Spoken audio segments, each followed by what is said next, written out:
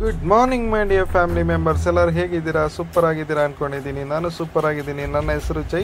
ಇವತ್ತಿನ ಬ್ಲಾಗ್ ನಾನು ಸ್ಟಾರ್ಟ್ ಮಾಡ್ತಾ ಇದ್ದೀನಿ. ಸೊ ಗಾಯ್ಸ್, ಇನ್ನೂ ಯಾರ್ಯಾರು ನನ್ನ ಚಾನಲ್ನ ಸಬ್ಸ್ಕ್ರೈಬ್ ಆಗಿಲ್ವೋ ಆದಷ್ಟು ಬೇಗ ಹೋಗಿ ಸಬ್ಸ್ಕ್ರೈಬ್ ಆಗಿ ಫ್ರೆಂಡ್ಸು ಫ್ಯಾಮಿಲಿ ಮೆಂಬರ್ಸ್ಗೆ ಎಲ್ಲರಿಗೂ ತಿಳಿಸಿ ನನ್ನ ಚಾನಲ್ ಇದೆಯಾ ಅಂತ. ಸೊ ಅದೇ ಥರ ನನಗೆ ಇನ್ನೂ ಸಪೋರ್ಟ್ ಮಾಡ್ತಾರೆ. ಇನ್ನೂ ಹೆಚ್ಚಿಗೆ ವೀಡಿಯೋಸು ನಿಮ್ಮ ಮುಂದಕ್ಕೆ ಇಡೋಕ್ಕೆ ನಾನು ಇಷ್ಟಪಡ್ತೀನಿ. ಸೊ ಗಾಯ್ಸ್, ಇವತ್ತೇನು ನೋಡ್ತಾ ಇದ್ದೀರಲ್ಲ, ಇದು ಕೋಟೆಯಂ ಬಸ್ ಸ್ಟಾಪು.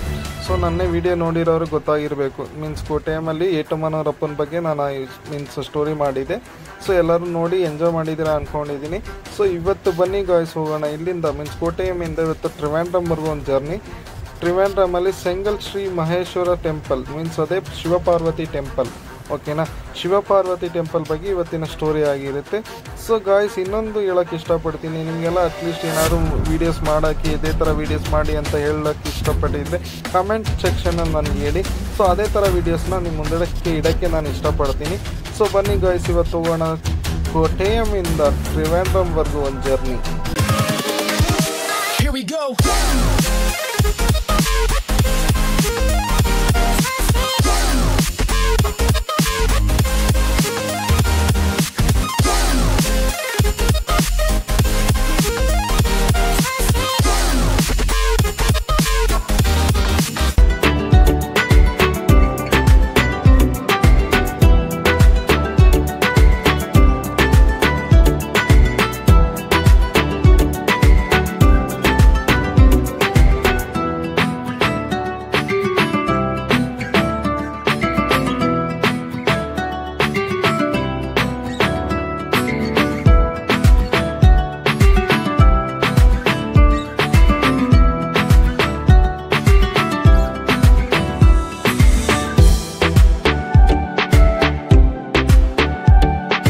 ಚೆಂಕಲ್ ಮಹೇಶ್ವರಂ ಶ್ರೀ ಶಿವ ಪಾರ್ವತಿ ದೇವಸ್ಥಾನ ಕತೆ ಕನ್ನಡದಲ್ಲಿ. ಚೆಂಕಲ್ ಮಹೇಶ್ವರಂ ಶ್ರೀ ಶಿವ ಪಾರ್ವತಿ ದೇವಸ್ಥಾನವು ಕೇರಳದ ತಿರುವನಂತಪುರಂ ಜಿಲ್ಲೆಯಲ್ಲಿರುವ ಒಂದು ಪವಿತ್ರ ಮತ್ತು ಪ್ರಸಿದ್ಧ ದೇವಸ್ಥಾನವಾಗಿದೆ. ಈ ದೇವಸ್ಥಾನವು ಶಿವ ಪಾರ್ವತಿಯ ಸಮೇತ ರೂಪದಲ್ಲಿ ಮಹೇಶ್ವರನಿಗೆ ಸಮರ್ಪಿತವಾಗಿದೆ. ಇದು ಕೇರಳದ ಬಹುಮಾನ್ಯ ಶೈವ ಕ್ಷೇತ್ರಗಳಲ್ಲಿ ಒಂದಾಗಿ ಪರಿಗಣಿತವಾಗಿದೆ. ದೇವಸ್ಥಾನದ ಕಥೆ. ಪುರಾಣಗಳ ಪ್ರಕಾರ ಈ ಕ್ಷೇತ್ರದಲ್ಲಿ ಮೊದಲು ಪಾರ್ವತಿ ದೇವಿಯ ತಪಸ್ಸು ನಡೆದಿತ್ತಂತೆ. ಶಿವನನ್ನು ಪೂಜಿಸುವ ಉದ್ದೇಶದಿಂದ ಪಾರ್ವತಿ ಈ ಸ್ಥಳದಲ್ಲಿ ತಪಸ್ಸು ಮಾಡಿದಳು. ತೃಪ್ತನಾದ ಶಿವನು ಇಲ್ಲಿ ಅವಳ ಮುಂದೆ ಪ್ರತ್ಯಕ್ಷನಾಗಿ ಇಬ್ಬರೂ ಈ ಸ್ಥಳದಲ್ಲಿ ಆಶೀರ್ವಾದದ ರೂಪದಲ್ಲಿ ವಾಸ ಮಾಡಲು ನಿರ್ಧರಿಸಿದರೆಂದು ಹೇಳಲಾಗಿದೆ. ಈ ಕಾರಣದಿಂದ ಈ ದೇವಸ್ಥಾನದಲ್ಲಿ ಶಿವನಿಗೆ ಪಾರ್ವತಿಯ ಸಹಿತ ಪೂಜೆ ಸಲ್ಲಿಸಲಾಗುತ್ತದೆ. ಇದು ದಾರ್ಶನಿಕವಾಗಿ ವಿಶೇಷವಾಗಿದೆ. ಚೆಂಕಲ್ ಎಂಬ ಪದವು ಚೆಂಕಲ್ಲು ಎಂಬ ಮಲಯಾಳಂ ಪದದಿಂದ ಬಂದಿದೆ, ಅಂದರೆ ಕೆಂಪು ಕಲ್ಲು. ದೇವಸ್ಥಾನದ ಸುತ್ತಲೂ ಇಂತಹ ಕೆಂಪು ಕಲ್ಲುಗಳಿದ್ದ ಕಾರಣಕ್ಕೆ ಈ ಹೆಸರಿನಾಗಿದೆ ಎನ್ನಲಾಗುತ್ತದೆ. ವಿಶೇಷತೆಗಳು. ಇಲ್ಲಿ ಶಿವನಿಗೆ ಪರಮಶಿವ ರೂಪದಲ್ಲಿ ಪೂಜೆ ನಡೆಯುತ್ತದೆ. ದೇವಸ್ಥಾನದಲ್ಲಿ ಪಾರ್ವತಿ ದೇವಿಯ ಮೂರ್ತಿ ಕೂಡ ಶಿವನ ಬಳಿಯಲ್ಲಿಯೇ ಪ್ರತಿಷ್ಠಾಪಿಸಲಾಗಿದೆ. ಪ್ರತಿ ವರ್ಷ ಶಿವರಾತ್ರಿ, ತಿರುವಾತ್ರ, ನವರಾತ್ರಿ ಮೊದಲಾದ ಪ್ರಮುಖ ಹಬ್ಬಗಳನ್ನು ಶ್ರೀಮಂತ ರೀತಿಯಲ್ಲಿ ಆಚರಿಸಲಾಗುತ್ತದೆ. ದೇವಾಲಯದ ವಾಸ್ತುಶಿಲ್ಪವು ತೀವ್ರ ಕೇರಳ ಶೈಲಿಯಲ್ಲಿದ್ದು ಶಾಂತಿಯುಳ್ಳ ವಾತಾವರಣವನ್ನು ಒದಗಿಸುತ್ತದೆ. ಇದು ಒಂದು ಆಧ್ಯಾತ್ಮಿಕ ಕೇಂದ್ರವಾಗಿದ್ದು ಭಕ್ತರಿಗೆ ಶಕ್ತಿ ಮತ್ತು ಶಾಂತಿಯ ಅನುಭವವನ್ನು ನೀಡುತ್ತದೆ. ದೇವಾಲಯದ ಇತಿಹಾಸ ಮತ್ತು ಮಹತ್ವ. ಚೆಂಕಲ್ ಮಹೇಶ್ವರಂ ದೇವಾಲಯವು ಹಲವು ಶತಮಾನಗಳ ಇತಿಹಾಸ ಹೊಂದಿದೆ. ಕೆಲವು ಪ್ರಾಚೀನ ಶಾಸನಗಳು ಮತ್ತು ಸ್ಥಳೀಯ ಜನಪದ ಕಥೆಗಳ ಪ್ರಕಾರ ಈ ದೇವಸ್ಥಾನವು ದ್ರಾವಿಡ ಶೈಲಿಯ ಪ್ರಾರಂಭಿಕ ಕಾಲದಲ್ಲಿ ನಿರ್ಮಿತವಾಗಿದ್ದು ಶೈವ ಭಕ್ತರಿಗೆ ಪ್ರಮುಖ ತೀರ್ಥಕ್ಷೇತ್ರವಾಗಿದೆ. ದೇವಾಲಯದ ಮುಖ್ಯ ದೇಗುಲ ಸಂಕ್ಟಂ ಭೂಕೂಪ ರೂಪದಲ್ಲಿ ನಿರ್ಮಾಣವಾಗಿದೆ. ಇದರ ಅರ್ಥ ಭೂಮಿಯ ಕೆಳಗಡೆ ಮಂದಿರದ ಒಂದು ಭಾಗವಿದೆ.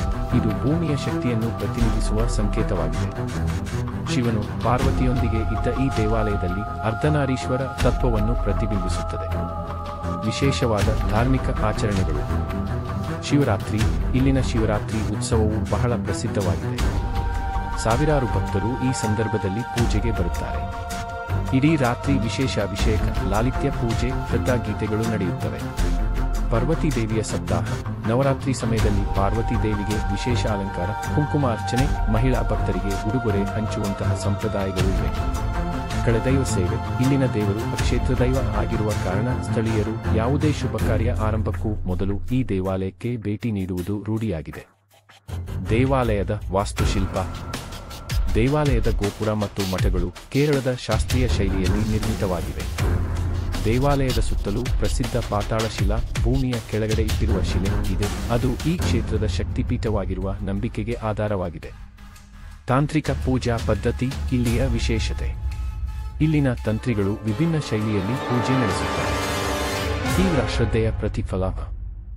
ಜನರು ನಂಬುವಂತೆ ಇಲ್ಲಿ ಪ್ರಾರ್ಥಿಸಿದಾಗ ಶಿವ ಪಾರ್ವತಿಯ ಆಶೀರ್ವಾದದಿಂದ ಇಚ್ಛೆಗಳ ಪೂರ್ತಿಯಾಗುತ್ತವೆ. ವಿವಾಹದ ಸಮಸ್ಯೆ, ಕುಟುಂಬದ ಶಾಂತಿ, ಆರೋಗ್ಯ, ಮಕ್ಕಳ ಕಲ್ಯಾಣ ಮೊದಲಾದ ಅಭಿಷ್ಟಾರ್ಥಗಳಿಗೆ ಈ ದೇವಾಲಯವನ್ನು ಭೇಟಿಯನ್ನು ನಿರಂತರವಾಗಿ ಮಾಡುವ ಭಕ್ತರ ಸಂಖ್ಯೆ ಹೆಚ್ಚಿದೆ. ಇದು ಕೇವಲ ದೇವಸ್ಥಾನವಲ್ಲ, ಇದು ಶಕ್ತಿ, ಶಾಂತಿ, ಸಂಸ್ಕೃತಿ ಮತ್ತು ಪ್ರೇಮದ ಕೇಂದ್ರವಾಗಿದೆ. ಪೌರಾಣಿಕ ಪುರಾಣದ ಕೆಲವು ಶಾಖೆಗಳ ಪ್ರಕಾರ ದೇವತೆಗಳು ಹಾಗೂ ರಾಕ್ಷಸರು ಅಮೃತವನ್ನು ಪಡೆಯಲು ಸಮುದ್ರ ಮಥನ ಮಾಡಿದಾಗ ಶಿವನು ಕಾಲಕೂಟ ವಿಷವನ್ನು ಸೇವಿಸಿ ಲೋಕರಕ್ಷಣೆಗೆ ಮುಂದಾದನು. ಆಗ ಪಾರ್ವತಿ ಶಿವನನ್ನು ಆಲಿಂಗಿಸಿ ಆ ವಿಷವು ಕೊಲ್ಲದಂತೆ ಅಡ್ಡಿಪಡಿಸಿದರು. ಈ ಪವಿತ್ರ ತತ್ವ ಶಿವ ಪಾರ್ವತಿಯ ಏಕ್ಯತೆ ಈ ಕ್ಷೇತ್ರದಲ್ಲಿ ಪ್ರತಿಷ್ಠಿತವಾಗಿದೆ. ಇಲ್ಲಿ ಶಿವನು ತಪಸ್ಸಿನಲ್ಲಿ ತೊಡಗಿರುವ ಸ್ಥಿತಿಯಲ್ಲಿ ಇರುತ್ತಾರೆ, ಆದರೆ ಪಾರ್ವತಿ ಅವರ ಜೊತೆ ಶಾಂತಿಯುತ ಸಹವಾಸದಲ್ಲಿದ್ದಾಳೆ ಎಂಬ ನಂಬಿಕೆ ಇದೆ. ಇದು ಜಗತ್ತಿಗೆ ಸಮತೋಲತೆಯ ಸಂದೇಶ ನೀಡುತ್ತದೆ. ಶಕ್ತಿ ಮತ್ತು ಶಿವದಾನನ್ಯ ಸಂಬಂಧ. ಕ್ಷೇತ್ರದ ಶಕ್ತಿಪೀಠ ಸ್ಥಾನಮಾನ. ಚೆಂಕಲ್ ದೇವಾಲಯವನ್ನು ಕೆಲವರು ಶಕ್ತಿಪೀಠಗಳ ಜೊತೆಗೆ ಸಂಬಂಧಿತವಾಗಿ ಪರಿಗಣಿಸುತ್ತಾರೆ. ಇಲ್ಲಿನ ಪಾರ್ವತಿ ದೇವಿಯು ತ್ರಿಪುರ ಸುಂದರಿ ರೂಪದಲ್ಲಿದ್ದು ಭಕ್ತರಿಗೆ ಮೋಕ್ಷದ ಮಾರ್ಗವನ್ನು ತೆರೆದುಕೊಡುತ್ತಾರೆ ಎಂಬ ನಂಬಿಕೆ ಇದೆ. ಸ್ಥಳೀಯ ಪುರಾಣಗಳು ಮತ್ತು ಪ್ರತ್ಯಕ್ಷ ಅನುಭವಗಳು. ಸ್ಥಳೀಯರಿಗೆ ಇದೊಂದು ಪ್ರತ್ಯಕ್ಷ ದೇವಾಲಯ. ಇಲ್ಲಿನ ದೇವರುಗಳು ಬಹಳ ಜಾಗೃತ, ಅಂದರೆ ಜೀವಂತ ಅನುಭವಗಳನ್ನು ಕೊಡುವವರೆಂದು ಭಕ್ತರು ನಂಬುತ್ತಾರೆ. ಅನೇಕರು ದೇವಾಲಯಕ್ಕೆ ಪ್ರಾರ್ಥನೆ ಸಲ್ಲಿಸಿದ ಬಳಿಕ ಆರೋಗ್ಯದಲ್ಲಿ ಸುಧಾರಣೆ, ಕುಟುಂಬ ಸಮಸ್ಯೆಗಳ ಪರಿಹಾರ ಅಥವಾ ವಿವಾಹ ಯೋಗ ಸಿದ್ಧಿಯ ಅನುಭವಗಳನ್ನು ಹಂಚಿಕೊಂಡಿದ್ದಾರೆ. ದೇವಸ್ಥಾನದ ಪರಿಸರ. ದೇವಾಲಯವು ಹಸಿರಿನಿಂದ ಕೂಡಿದ ಪ್ರದೇಶದಲ್ಲಿ ಇದೆ. ಪಕ್ಕದಲ್ಲೇ ಪುಣ್ಯ ತೀರ್ಥವಾಗಿ ಪರಿಗಣಿಸಲಾದ ತೇಜಸ್ವಿನಿ ತಟ ಎಂಬ ಪ್ರಸಿದ್ಧ ತೋಟವೂ ಇದೆ. ದೇವಸ್ಥಾನ ಸುತ್ತಲೂ ಪುರಾತನ ಬಂಡೆಗಳ ಮೇಲೆ ಶಾಸನಗಳು, ಯಕ್ಷದೇವತೆಗಳ ಪ್ರತಿರೂಪಗಳು, ನಂದಿ ಮೂರ್ತಿಗಳು ಇವೆ. ದೇವಸ್ಥಾನದ ವಾಸ್ತು ಮತ್ತು ಶಿಲ್ಪಕಲೆ.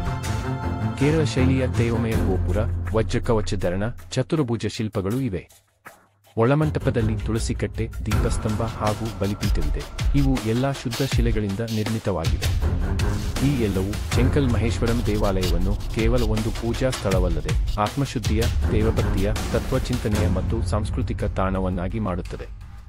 ನನ್ನ ವಿಡಿಯೋ ನೋಡಿದ್ದಕ್ಕೆ ಧನ್ಯವಾದಗಳು. ನೀವು ಈ ವಿಡಿಯೋವನ್ನು ಆನಂದಿಸಿದ್ದೀರಿ ಎಂದು ಭಾವಿಸುತ್ತೇನೆ ಮತ್ತು ದಯವಿಟ್ಟು ನನ್ನ ಚಾನಲ್ಗೆ ಚಂದಾದಾರರಾಗಿ ಮತ್ತು ನನಗೆ ಬೆಂಬಲ ನೀಡಿ ಜೀವನವನ್ನು ಬದಲಾಯಿಸಿ. ನನ್ನ ಚಾನಲ್ ಹೆಸರು ಮತ್ತು ನನ್ನ ಹೆಸರು ಜೈ ಸರ್. ಇನ್ನಷ್ಟು ವಿಡಿಯೋಗಳು ಬರಲಿವೆ.